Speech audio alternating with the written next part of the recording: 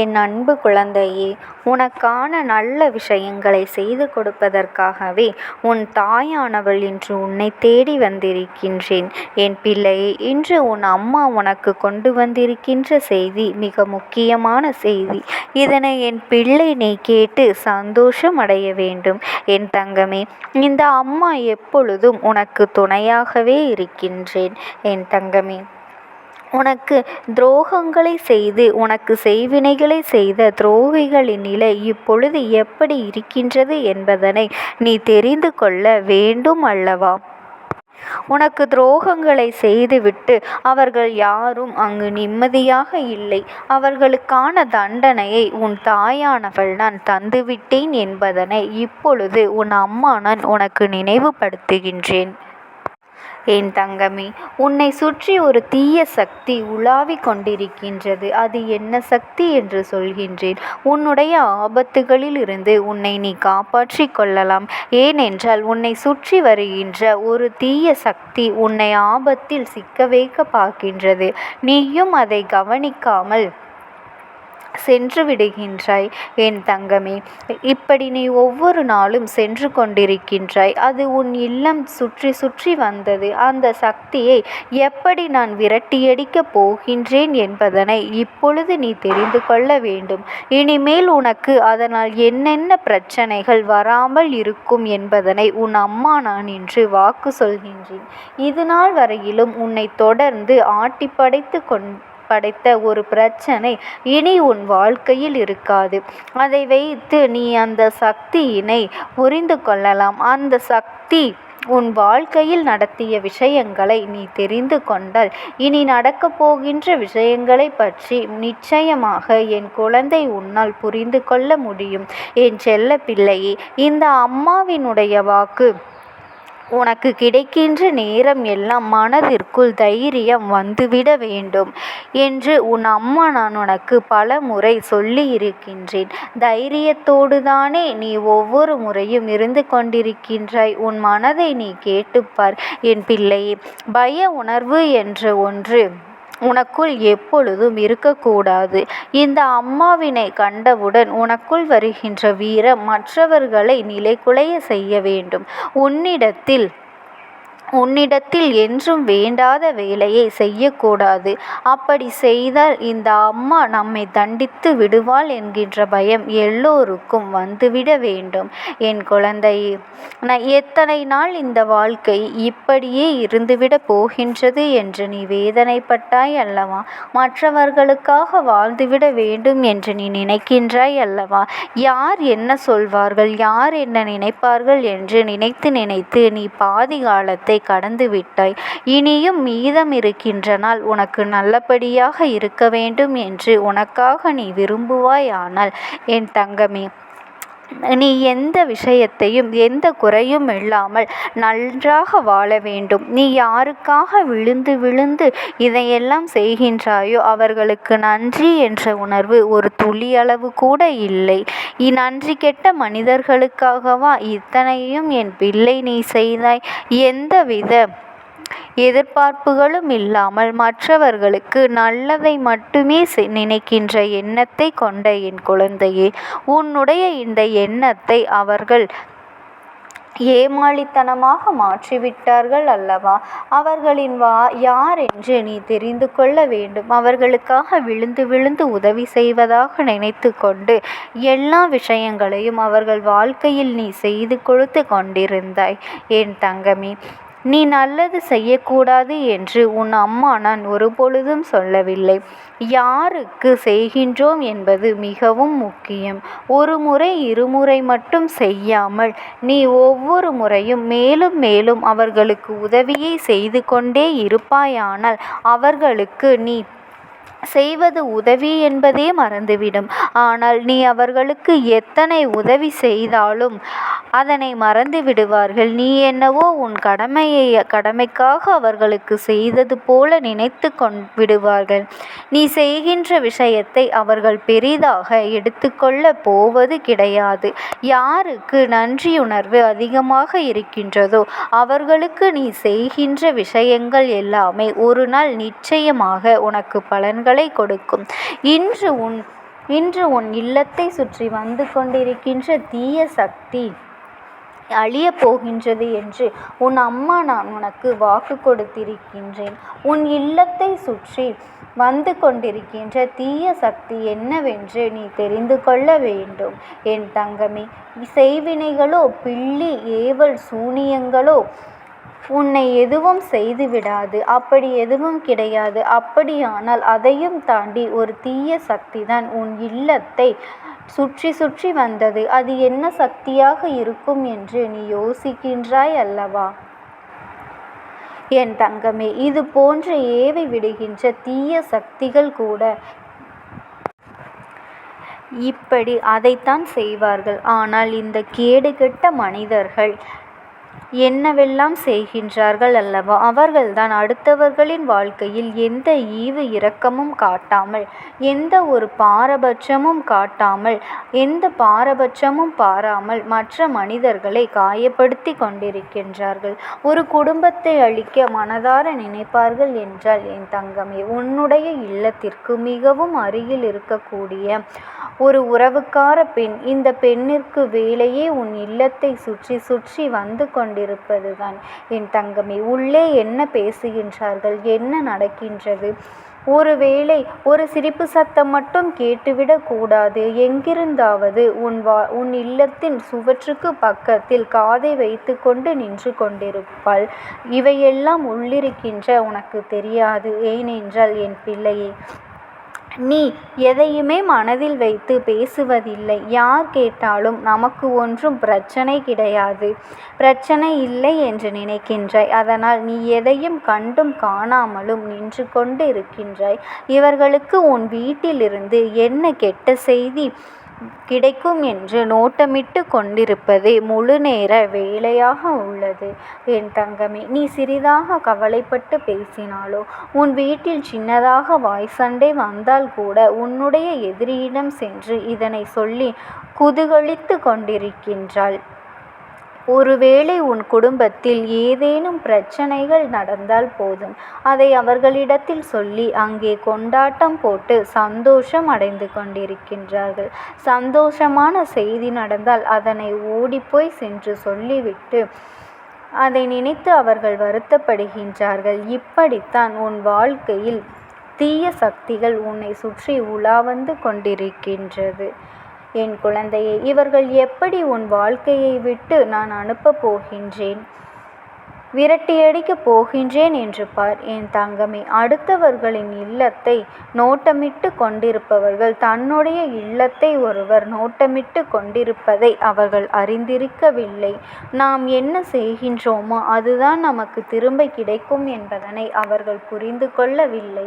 உன் குடும்பத்தில் ஒருவருக்கு கெட்ட விஷயம் நடக்க வேண்டும், உன் குடும்பத்தில் ஒருவருக்கு கஷ்டம் வர வேண்டும் என்று அவர்கள் நினைத்து ஏதாவது ஒரு ரூபத்தில் ஏதாவது ஒரு காரியத்தை செய்கின்றார்கள் என்றால் அவர்கள் குடும்பத்திலேயே இதே நிலையில்தான் இருக்கின்றது என்பதனை அவர்கள் அந்த கஷ்டம் அவருக்கேதான் போய் சேரும் என்றும் அவர்களுக்கு தெரிவதில்லை. உனக்கு விழுந்த அடி அவர்களுக்கு விழப்போகின்றது. நாம் இவர்களுக்கு தீங்கு செய்ய நினைத்தால்தான் நமக்கு வந்தது என்று அவர்கள் நினைத்து நினைத்து வேதனைப்படுகின்ற அளவிற்கு இருக்க போகின்றது. கஷ்டங்கள் என்பதனை தெய்வங்கள் ஒரு நாளும் யாருக்கும் தானாக விரும்பி கொடுப்பதில்லை. அவர்கள் செய்த வினைப்பயனின் பலன்தான் அவர்களுக்கு இது போன்ற தீய எண்ணங்களை கொண்ட மனிதர்களுக்கு தண்டனையை கொடுக்கின்றது. என் அன்பு குழந்தையே, நீ எதை நினைத்தும் கவலைப்படாமல் இரு. என் அன்பு குழந்தைக்கு இந்த தாயானவளினுடைய அன்பும் ஆசீர்வாதங்களும் எப்பொழுதுமே முழுமையாக கிடைத்து கொண்டே இருக்கும். ஓம் சக்தி, ஓம் ஆதிபரா சக்தி. என் அன்பு குழந்தையே, உனக்கான நல்ல விஷயங்களை செய்து கொடுப்பதற்காகவே உன் தாயானவள் இன்று உன்னை தேடி வந்திருக்கின்றேன். என் தங்க குழந்தையே, இன்று உன் அம்மா உனக்கு கொண்டு வந்திருக்கின்ற செய்தி மிக முக்கியமான செய்தி. இந்த செய்தியை நீ நிச்சயமாக கவனமாக கேட்கத்தான் வேண்டும். இன்று உன் அம்மா நான் உன்னுடைய இல்லத்திற்குள் வந்த ஒருவர் உனக்கே தெரியாமல் வைத்துவிட்டு சென்ற ஒரு பொருளை எடுப்பதற்காக வந்திருக்கின்றேன். அந்த பொருள் என்ன, அதை அவர்கள் எதற்காக உன்னிடத்தில் வைத்துவிட்டு சென்றார்கள் என்பதையெல்லாம் கட்டாயமாக நீ தெரிந்து கொள்ள வேண்டும்.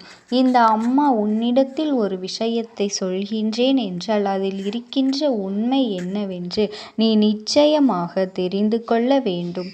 என் அன்பு குழந்தையே, முதலில் உன்னை சுற்றி நடக்கின்ற ஒவ்வொரு விஷயங்களும் எதற்காக நடக்கின்றது, என்னென்ன பலன்களை உனக்கு கொடுத்து கொண்டிருக்கின்றது என்பதையெல்லாம் நீ தெரிந்து கொள்ள வேண்டும்.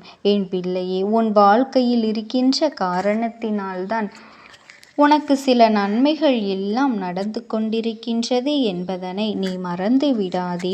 இன்று உன் அம்மா உனக்கு சொல்லப்போகின்ற விஷயம் உனக்கு மிக அவசியமான விஷயம்.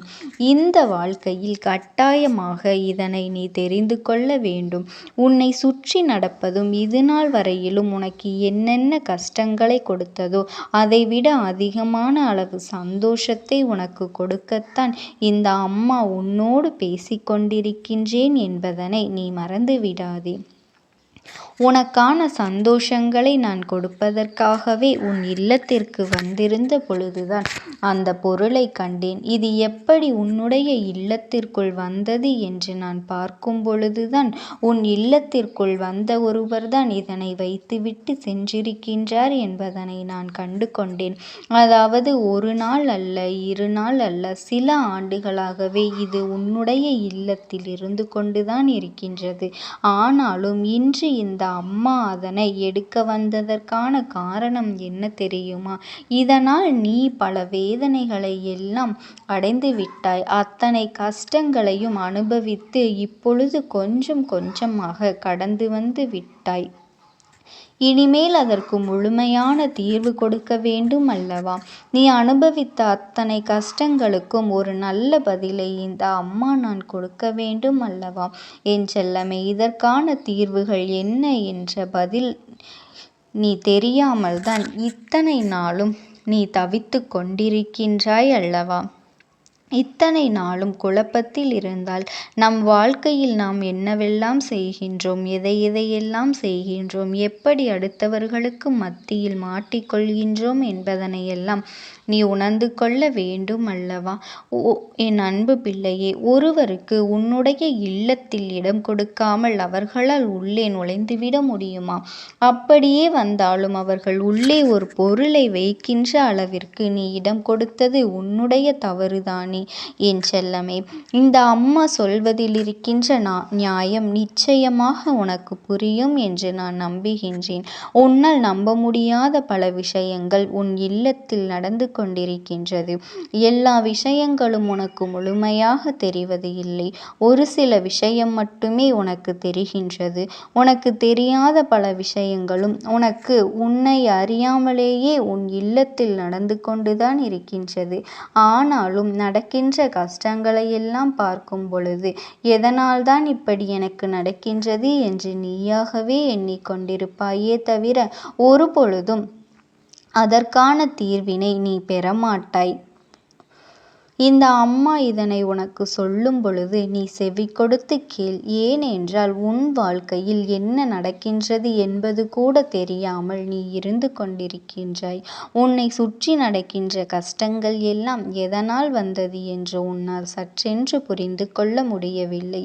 இதுவெல்லாம் எப்பொழுதுமே உன் மனதிற்குள் நீங்க வேண்டிய விஷயம். இதையெல்லாம் சற்றென்று உனக்கு புரிய வைக்க வேண்டிய அவசியம் இப்பொழுது வந்துவிட்டது என் செல்லமே. எல்லா நேரத்திலும் இந்த வாழ்க்கை நமக்கு நல்லதை மட்டும்தான் கொடுக்கும். நல்லது நடக்கும் என்று யாராலும் சொல்லிவிட முடியாது அல்லவா? நம்மோடு பேசுகின்ற எல்லோரும் நல்லவர்கள்தான் என்று எப்பொழுதுமே நாம் நம்பிவிட முடியாது. ஆனால் அவர்கள் மனதிற்குள் கெட்ட எண்ணங்களும் வெளிப்பேச்சு மட்டும் நல்ல பேச்சாகவும் நல்ல பிள்ளையாகவும் நம்மிடத்தில் நடித்து கொண்டு இருப்பார்கள் அல்லவா? அப்படி நம் வாழ்க்கையில் யார் இருக்கின்றார்கள், அவர்களினுடைய உண்மையான குணம் என்னவென்று நீ தெரிந்து கொள்ள வேண்டும். இவர்களோடு நீ பேசும் பொழுது கவனமாக பேச வேண்டும் என்பதனை நீ புரிந்து கொள்ள வேண்டும். என் அன்பு குழந்தையே, ஒருவர் உன்னுடைய வாழ்க்கைக்குள் வருகின்றார்கள் என்றால் உன்னுடைய வாழ்க்கையில் நுழைவதற்கு முன்பாகவே சில திட்டங்களை எல்லாம் தீட்டிக் கொண்டுதான் நுழைந்திருப்பார்கள் என்பதனை முதலில் நீ புரிந்து கொள்ள வேண்டும். உன்னோடு நான் இருந்து கொண்டு என்னதான் நன்மைகளை கொடுத்தாலும் அதில் இருக்கின்ற நன்மைகளை எல்லாம் உன்னால் பெற முடியாமல் போகின்றது. அதற்கு காரணமும் இவர்கள்தான் உனக்கு தடையாக நிற்கின்றார்கள் என்பதனை நீ மறந்துவிடக் கூடாது. இந்த அம்மா கொடுத்ததை எல்லாம் நீ நிச்சயமாக பின்பற்றி நடந்து கொண்டிருப்பாயானால் வாழ்க்கை உனக்கு சந்தோஷமாக அமைந்திருக்கும். ஆனால் ஏதோ சில விஷயங்கள் உன்னை தடுக்கின்றது. என் அன்பு குழந்தையே, இந்த அம்மாவினுடைய வாக்கினை கேள். இந்த அம்மா நல்லவர்களை ஒரு நாளும் கெட்டவர்களாக உன் முன்னால் அடையாளப்படுத்த மாட்டேன். நான் சொன்னது சில வருடங்களுக்கு முன்பாக உன் இல்லத்திற்குள் வந்த ஒருவரை பற்றியது. அதிகமான பழக்கத்தில் இப்பொழுது நீ இவர்களோடு பழகி கொண்டிருக்கின்றாய். எந்த விஷயமாக இருந்தாலும் இவர்களோடு தான் நீ பகிர்ந்து கொண்டிருக்கின்றாய். என் தங்கமே, யார் யார் என்னென்ன சொல்கின்றார்கள் என்பதனை கேட்டு அதை அப்படியே மற்றவர்கள் செவி சேரும்படி உன்னுடைய குடும்ப விஷயத்தை சொல்லிவிடுகின்றார்கள். உன்னுடைய உடன் பிறந்த உறவை பற்றி தவறாக சொல்லிவிடுகின்றார்கள். என் தங்க குழந்தையே, அதனால் நீ இவர்களிடம் இருந்து கவனமாக இருக்க வேண்டும் அல்லவா? மற்றவர்கள் செவி சேரும்படி நீ சொல்லக்கூடாது. உன்னுடைய உடன் பிறந்த உறவை பற்றி ஏதாவது ஒரு விஷயத்தை தவறாக சொல்லியிருப்பாயானால் அந்த விஷயம் நீ யாரை பற்றி சொன்னாயோ அவர்களிடத்திலேயே அப்படியே தெரிவித்து விடுகின்றார்கள். இப்படித்தான் வாழ்க்கையில் ஒவ்வொருவரினுடைய விஷயங்களை பற்றியும் மற்றவர்களிடத்தில் இப்படி சொல்லிவிட்டு சென்று விடுகின்றார்கள். இதுதான் நடந்து கொண்டிருக்கின்றது. உன் குடும்பத்தில் ஏற்பட்டுள்ள பிரிவு எவ்வளவுதான் சாதாரணமாக பேசினாலும் மனதிற்குள் இப்படி என்னை பேசியவர்தானே என்ற எண்ணம் எல்லோருக்குள்ளும் ஓடிக்கொண்டிருக்கின்றது. இதுவெல்லாம் நடப்பதற்கு காரணமாக இருந்தது இவர்கள்தான். அப்படிப்பட்ட ஒருவரை தான் நான் அடையாளம் கண்டு சற்று ஒதுக்கி வைத்திருக்கின்றேன். அது எப்படி நடந்தது தெரியுமா? உன் குடும்பத்தில் இருக்கின்ற ஒருவர் ஏற்கனவே இவர்கள் செய்த விஷயங்களை எல்லாம் கண்டுபிடித்து விட்டார். அதன் பலனாகத்தான் இவர்கள் ஒதுங்கி சென்றிருக்கின்றார்கள். இதற்கும் உன் அம்மா தான் அவர்களுக்கு உதவிகளை செய்து இவர்களை ஒதுக்கி வைக்கும்படி நான் செய்து இருக்கின்றேன். இந்த ஒரு விஷயத்தை உன் இல்லத்தில் செய்ததன் காரணமாகத்தான் அவர்கள் எங்கே தன்னுடைய உண்மையான குணம் வெளிச்சம் போட்டு காட்டிவிடுவார்களோ, தெரிந்துவிடுமோ என்கின்ற பயத்தில்தான் இப்பொழுது ஒதுங்கி சென்று கொண்டிருக்கின்றார்கள். யாராக இருந்தாலும் சரி, இல்லத்திற்குள் வருவதற்கு அவர்களுக்கென்று ஒரு எல்லை இருக்கின்றது. யாராக இருந்தாலும் வரவேற்பு அறையோடு நீ நிறுத்தி வைத்து அனுப்பி வைத்து இருக்க வேண்டும். உன்னுடைய சமையலறைக்குள்ளேயோ அல்லது உன்னுடைய படுக்கை அறைக்குள்ளேயோ அவர்களை அழைத்து செல்வதும் ஒரு நாளும் கூடாது. அதனை நீ செய்தாயானால் நிச்சயமாக உன்னுடைய அனைத்து தனிப்பட்ட விஷயங்களையும் அவர்களுக்கு தெரிந்துவிடும் என்றுதான் உன் அம்மா நான் சொல்கின்றேன். அதனால் என் தங்க குழந்தையை, யாராக இருந்தாலும் நீ அளவோடு பழக வேண்டும். உன்னுடைய நல்ல மனதிற்கு உனக்கு என்றுமே நல்லது மட்டும்தான் நடக்கும். ஓம் சக்தி. ஓம் ஆதிபரா. அவர்களிடத்தில் மனம் விட்டு பேசு. கொஞ்ச நேரமாவது அவர்களோடு நீ நேரம் ஒதுக்கி இந்த நிகழ்கால வாழ்க்கையை நீ அனுபவிக்க வேண்டும். அது கஷ்டமாக இருந்தாலும் சரி, நீ அவர்களுக்கென்று நேரத்தை ஒதுக்க வேண்டும். ஒருவேளை இதற்கெல்லாம் அம்மா எனக்கு நேரம் இல்லை என்று என்னுடைய சூழ்நிலையை இவர்கள் எல்லாம் புரிந்து கொள்வார்கள் என்று நீயாக உனக்குள்ளே நினைத்து கொண்டாலும் அது உன்னுடைய வாழ்க்கைக்கு நல்லதல்ல. நாம் எப்படி நடந்து கொள்கின்றோமோ அப்படிதான் நம்மை சுற்றி இருப்பவர்களும் நம்மிடத்தில் நடந்து கொள்வார்கள். இதையெல்லாம் உன் குலதெய்வம் உன்னிடத்திலே ஆழமாக தெரிவிக்க வேண்டும் என்றுதான் தினமும் நாள்தோறும் நீ அக்கறை இல்லாமல் நடந்து கொள்ளும் பொழுது உன் வீட்டிற்கு வந்து நோட்டமிட்டு அவர் பாதுகாப்பாக இருக்கின்றார்களா, அவர்களுக்கு ஏதேனும் அச்சங்கள் இருக்கின்றதா என்று நோட்டமிட்டு செல்கின்றார்கள். அவர்களால் உன் குடும்பத்திற்கு எந்த ஒரு பாதிப்பும் வரப்போவது இல்லை. அவர்கள் உன்னிடத்தில் சொல்லிக் கொள்வதெல்லாம் இது ஒன்றுதான். என் செல்லமே, இப்படி ஒரு கஷ்டமான சூழ்நிலை உனக்கு இருக்கின்றது, நீ சிரமத்தில் இருக்கின்றாய் என்பதையெல்லாம் உன் அம்மாவிற்கு தெரியும். என்ன இருந்தாலும் உன்னுடைய வீட்டில் நீ இரவு நேரத்தில் தூங்குவதற்கு முன்பு உன் குடும்பத்தில் இருப்பவர்களிடத்தில் ஒரு நம்பிக்கையை நீ